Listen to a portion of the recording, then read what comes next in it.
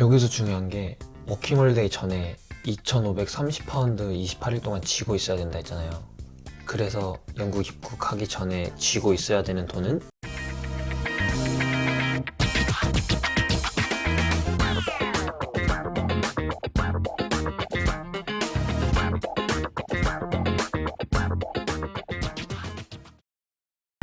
안녕하세요, AK입니다. 워킹홀리데이를 가기로 마음 먹을 때부터 영국에 입국해서 한 2주 정도 사는 그런 예산을 한번 정리해보는 시간을 가져보도록 하겠습니다. 챕터 1 영국 입국하기 전의 비용. 자, 일단 첫 번째로 여권을 만드셔야겠죠. 여권은 그 도청 같은 데 가면은 5만원으로 복수 여권이었나?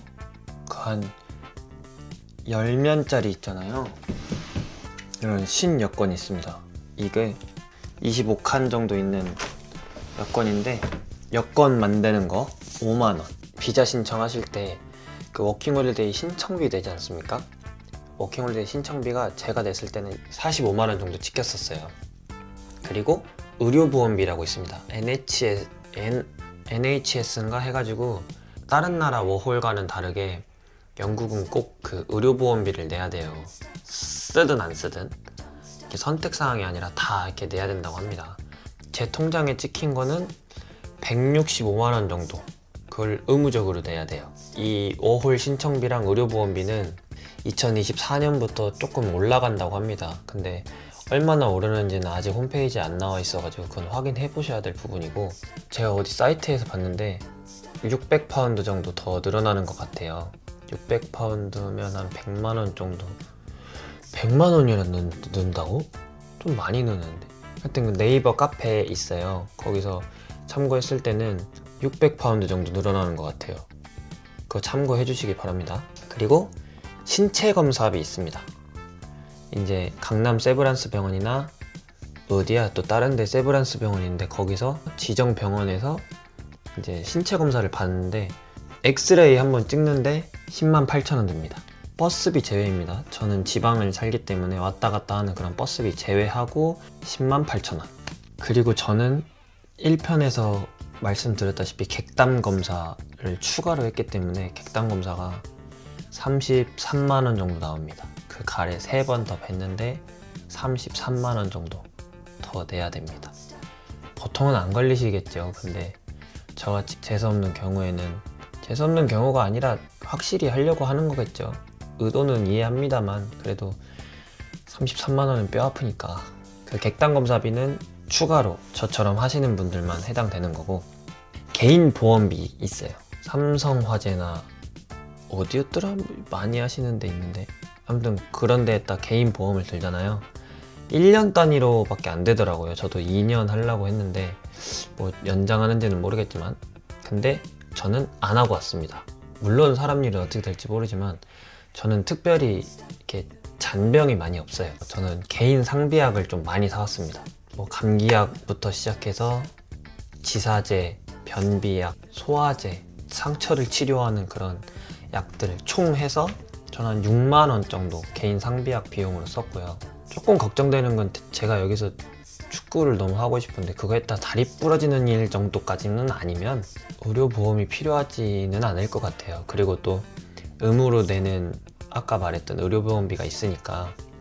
근데 그거는 정말 오래 걸린다고 하니까 저는 안 들었지만 들고 오시는 걸 추천할게요. 그리고 비행기 요금 제일 중요하죠. 비행기 요금 저는 편도로 74만원에 끊었습니다. 그런데 저는 추가 수험을 13만원 내서 한 87만원 정도 지불했습니다. 그리고 지방에서 인천공항까지 가는 리무진 버스 3만원. 비행기는 제가 듣기로 6주 전쯤에 사는 게 제일 저렴하대요. 확인해 보시면 좋을 것 같아요. 임시 숙소비. 이제 여기 영국에 와가지고 집 구하기 전까지 어딘가에 살아야 되잖아요. 저는 일주일 끊었었거든요. 물론 이게 어플을 사용해서 집을 구하기는 하지만 지금 살고 있는 친구가 언제 나가니까 그때 들어와라, 제가 그런 집으로 가가지고 추가로 몇 박을 더 해서 저는 총 10일 동안 제가 임시숙소에 있었고 그 돈이 82만원 정도 들었어요. 꽤 임시숙소비가 많이 들죠. 근데 이것도 되게 저렴하게 구한 거고 보통 열흘 정도 임시숙소 살면 진짜 많이 들더라고요. 여기가 집값이 너무 비싸서 각오하고 오시면 좋을 것 같습니다. 제가 완전 프로 맥시멀리스트거든요. 저는 진짜 모든 걸 다 가져왔어요. 집에서 여기 와서 하나도 안 사려고. 그래서 온갖 화장품, 전기장판, 이불, 베개, 전 베개 손도 다 들고 왔거든요. 소금, 설탕 이런 거 다이소에서 조그만한 칸에 해가지고 다 사오고, 또 내가 뭐 사왔더라? 세제도 제가 캡슐 세제 사오고, 그냥 청소도구, 머시기 전 다 사왔어요. 거울도 불 나오는 거울도, 전 태극기도 사왔어요. 드라이기면 뭐건 저는 여기서 하나도 안 사려고 그냥 다 들고 왔거든요. 그래서 한 50만 원 정도 썼습니다. 한국에서 이것저것 짐 사느라. 근데 제가 한국에 있을 때 싱글 침대여가지고 그걸 가져왔는데, 여기는 거의 다 더블 침대예요. 그거 하나 샀습니다. 여기서 한 3, 4만 원 주고 매트리스 커버 샀고요. 그거 빼고는 진짜 다 챙겨와서 한국에서 한 5, 60만 원 써가지고 여기 갖고 왔어요. 여기까지가 영국 입국하기 전에 사용하는 비용입니다. 제가 계산해 보니까 한 300만 원 정도 돼요. 자, 그리고 챕터 2, 이제 영국 입국해서 돈이 얼마 드냐. 자, 일단 공항에 도착했습니다. 도착해서 짐 다 찾고 지하철 타고 시내로 가겠죠. 아니면 택시를 타시는데 택시 엄청 돈 많이 들거든요. 그나마 가까운 윈블던이라는 지역에 임시숙소가 있었는데 50, 60파운드가 들어요. 10만 원 이렇게 들어요. 저는 좀 아깝더라고요. 그래서 그냥 2개 들고 큰 가방 메고 그냥 씩씩하게 갔습니다. 지하철 아무튼 타게 되면 그 오이스터 카드라고 있죠? 그 마이비 같은 거, 그거를 사고 뭐 조금 충전하면은 한 3, 4만 원 써요. 느랭느랭 들고 시내로 와서 이제 임시숙소에서 짐을 풉니다. 자, 이제 여기서부터 집 구하기 작전을 펼쳐야 돼요. 어플 사용하시는데, 어플은 다음 편에 설명드리겠지만 집 가는 거 진짜 만만치 않습니다. 계속 돌아다녀야 되고, 한국에서 얼마 챙겨야 되냐. 보통 여기서, 물론 저희는 정보망이 한국인들까지밖에 없으니까 영국에 친구가 있지 않는 한 보통 800파운드에서 1000파운드 정도의 집에 살거든요. 그것도 원룸도 아닌 집에서 이렇게 한 층을 나누어서 살거든요. 화장실이랑 주방 공유하면서. 근데 800파운드가 약 130만 원이고 1000파운드가 약 165만 원이에요. 월세가 그 안에서 이루어집니다. 그래서 보통 첫 월세랑 그 월세만큼을 보증금으로 내거든요. 그러니까 어떻게 보면 2달치죠. 2달치를 챙겨서 가시는데 조금 위험해요, 이거는. 왜냐면 그 안에 돈을 벌어야 다음 달 월세를 낼 수 있거나, 아니면 그 다음 달 월세를 내기 전까지 월급을 받아야 되는데 못 받은 경우가 생길 수도 있거든요. 그래서 정말 안전하게 그냥 3달치를 들고 갑니다. 그러니까 보증금, 첫 달 월세 한 번에 내고 그 다음 달 월세까지는 가져가시는 걸 추천드려요. 800파운드 정도 집을 샀을 때 400만 원 정도고, 1000파운드짜리 집을 샀을 때 500만 원 정도가 돼요. 3달치가.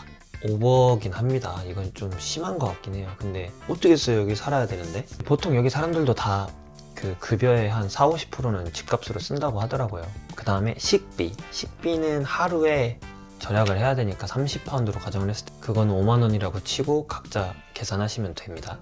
그 다음에 교통비가 처음 한 2주 정도라고 할게요. 2주 정도 이게 집을 구할 거 아니에요. 그러면 엄청 많이 돌아다녀요. 막 여긴 또 존이 나눠져 있잖아요. 1존부터 뭐 4, 5존도 있던가? 아무튼 그렇게 왔다 갔다 하는데 존마다 가격이 달라요. 교통비가 초반엔 좀 듭니다. 하지만 여기서 좋은 것이, 런던이 그나마 우리에게 자비를 베푸는 것이, 일단 프라이스 캡이라고 해가지고 하루에 내는 그 최대 상한치가 있어요. 존마다 또 다르긴 한데 아무튼 그게 우리를 막아주고 있습니다. 거기에다 플러스 레일 카드라고 있어요. 이게 나이별로 해가지고 구독하시고 이 오이스터 카드랑 연동하시면 30% 할인됩니다. 탈 때마다 그 어느 시간대에는 다 30% 할인되거든요.